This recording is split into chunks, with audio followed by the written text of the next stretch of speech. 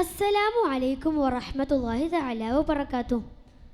ബഹുമാനപ്പെട്ട ഉസ്താദുമാരെ, എൻ്റെ സ്നേഹനിധികളായ കൂട്ടുകാരെ, ഈ ഫറാസ്തോയുടെ ഈ വർണ്ണാഭമായ വേദിയിൽ ഞാൻ നിങ്ങളോടൊരു കൊച്ചു കഥ പറയാം. എൻ്റെ കഥയുടെ പേരാണ് വിസ്മയം തീർത്ത കാരുണ്യം. മക്ക നഗരം വിജീനമാണ്. മനസ്സിനെ കുളിരണിയിക്കുന്ന കാലച്ച ഒരു പാദസ്പർശവും കുതിച്ചുപോയി. ആ കാലച്ച മറ്റാരുടേതുമായിരുന്നില്ല, ലോകാനുഗ്രഹി തിരുനബി സല്ലല്ലാഹു അലൈഹി വസല്ലമയുടേതായിരുന്നു. മരുഭൂമിയിലെ നടന്നു നീങ്ങുകയാണ് തിരുമേനി. അല്പം കാടുകൾ നിറഞ്ഞ സ്ഥലത്തെത്തിയപ്പോൾ ഒരു ഞേങ്ങിക്കരച്ചിൻ്റെ ശബ്ദം. തങ്ങൾ ചുറ്റും നോക്കി. അപ്പോഴതാ ഒരു മലമേടിൻ്റെ അരികിൽ വലയിലകപ്പെട്ട മാൻപേട. തങ്ങളെ കണ്ടതോടെ ആ മാൻ കരച്ചിലിൻ്റെ ശബ്ദം കൂട്ടാൻ തുടങ്ങി.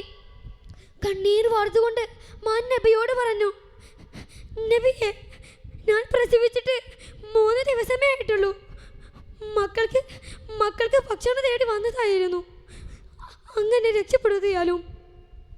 ഉടനെ തന്നെ മലമേടനോട് നബി തങ്ങൾ പറഞ്ഞു, ഈ മാനിനെ അഴിച്ചുവിടൂ.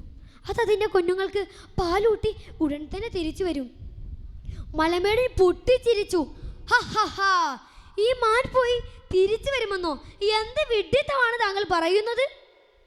മലമേടൻ അല്പം ആലോചിച്ചതിന് ശേഷം വീണ്ടും പറഞ്ഞു, ശരി, ഈ മാനിനെ അഴിച്ചുവിടാം. പക്ഷേ അതിന് പകരമായി താങ്കൾ ജാമ്യം നിൽക്കുമോ? നബി തങ്ങൾ പറഞ്ഞു, ശരി, ഞാൻ ജാമ്യം നിൽക്കാം. മലമേടൻ വീണ്ടും ചോദിച്ചു നബിയോട്, ഈ മാൻ പോയി തിരിച്ചു വന്നില്ലെങ്കിൽ നിന്നെ ഞാൻ അറുത്തു കളയും. നബി തങ്ങൾ പറഞ്ഞു, നിനക്ക് എന്നെ എന്ത് വേണമെങ്കിലും ചെയ്യാം. ഉടനെ തന്നെ മലമേടൻ ആ മാനിനെ അഴിച്ചു വിട്ടു. മാൻ ഓടി മറഞ്ഞു. പറഞ്ഞ സമയം തീരാൻ നിമിഷങ്ങൾ മാത്രം ബാക്കി. മലമേടന്റെ കടാര പുന്നാര നബിയുടെ കഴുത്തിലേക്ക് നീളുന്നു. അപ്പോഴതാ പുടിപടലങ്ങൾ പരത്തിക്കൊണ്ട് ആ മാൻപേട ഓടിയെത്തി. മലമേടൻ അമ്പരന്നു. ഇത് എന്തൊരു അത്ഭുതം! ഉടനെ തന്നെ മലമേടൻ നബി തങ്ങളോട് ചോദിച്ചു, താങ്കൾ ആരാണ്? അന ഖാതിമുൻ നബിയ്യീന സല്ലല്ലാഹു അലൈഹി വസല്ലം.